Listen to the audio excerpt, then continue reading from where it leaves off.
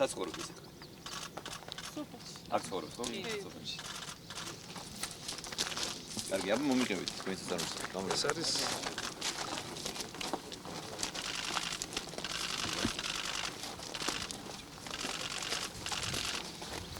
ეს არის სანაშენე მეფრინველების ფაბრიკა. ეს ახლა გამართულია, ხო? გამართული ეს ახლა ელოდება ივნისში ახალი პატრიოტია შემოყვანილი. ესე იგი.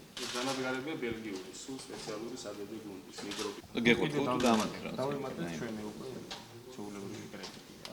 კარგი. და მე ჩაამართლეს იმპორტი და ექსპორტზე გააქვთ საინგობაციო კვერცხი აზერბაიჯანის სომხეთში. ადრე იმპორტული იყო, ანუ ნოსტეის ქარხანა, ფაბრიკა, იგივე საკონსერვო აკეთებდნენ და კარგი. ეხლა ჩანასწორ იმპორტი და ექსპორტის წავიდა. ექსპორტიც გავედით. და ეს მოხდა იმპორტით გავგავდა და იმპორტი ახლა ჩავარდა. რეალურად არც ერთი ხალი საინგობაციო კვერცხი შემოგვიყვება. კი, საინგობაციო კვერცხი და მუშაობისში და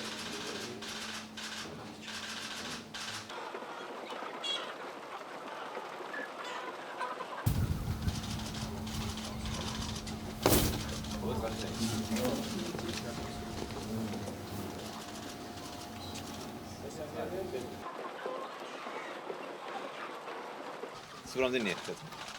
10,000 ერთსახურებაში.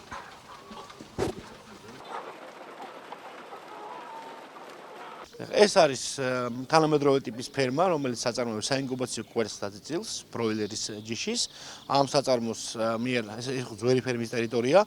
ამ კომპანიამ პიუნიკ ჯორჯიამ აიღო სესხი, მათ შორის $600,000, ესე იგი მილიონი ლარის ეკვივალენტი აიღო შეღავათიანი სესხი 1%-ად და შეეძლო რომ ამ სესხის და საკუთარი თანამონაწილეობის მეშვეობით დაეფინანსებინა, გაერემონტებინა ეს არსებული ფერმა და 20,000 დედაფრინველზე შეიქმნა საინკუბაციო ფერმა და ჩაინაცვლებინა იმპორტი და ის ყიდის საკუთარ საინკუბაციო კვერცხს როგორც შიდა ბაზარზე, ასევე ახდენს ექსპორტს სომხეთსა და აზერბაიჯანში.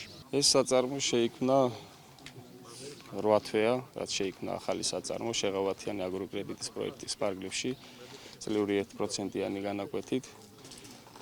აქ არის მეფრინველეობის ფაბრიკა, ეს კერძოდ სანაშენე მეფრინველეობა, სადაც ვაწარმოებთ საინკუბაციო კვერცხს, შემდგომ ჩეკავთ წიეთდღიან წიწილებს და ვამარაგებთ მოსახლეებს, ინდმეწარმეებს და ფიზიკურ პირებს. შემდგომ ხდება ამ ფრინველის გამოძდა და რეალიზაცია უკვე საქართველოს ბაზარზე, ესე ვთქვათ. და თუ გადახართ ექსპორტზეც გავედით კი უკვე მეზობელ ქვეყნებში. სომხეთსა და აზერბაიჯანში გავედით უკვე ექსპორტზე და ამ წლის ბოლოს სავარაუდოდ სადღაც 6,7 მილიონი საინკუბაციო კვერცხი გვექნება უკვე.